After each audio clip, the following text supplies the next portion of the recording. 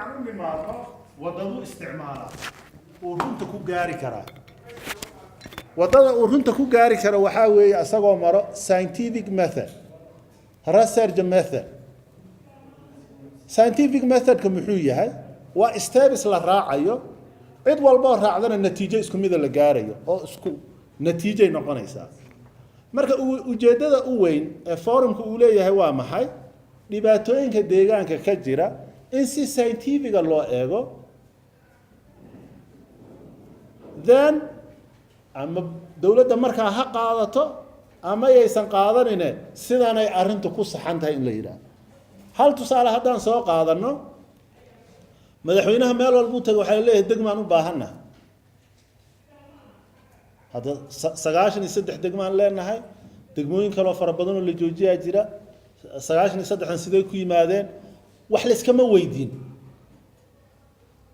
halkee sideen isu maamulaa structure-kayga sidoo noqonaya ayadoo la marayo wada scientific waa in xal loo helaa wixii implementation markay noqoto it's up to the government laakiin ujeedada ugu weyn ee forumku leeyahay waa maxay inuu alternatives fara badan bulshada u soo bandhigo haddaan presentationka kan ku xiga aan eegno to some extent su'aashan structure-ka ismaamulka deegaanka sidii looga jawaabi lahaa ayadoo wada science loo maray ayaa isku daynaa marka meelaha kale forumkan oo kale waxa la yiraahdaa think tank ayaa la yiraahdaa wada wadamada horumaray marka tagtay think tank la yiraahdaa marka ujeedada ugu weyn ee runta in lagu gaaro aan doonayna waa maxay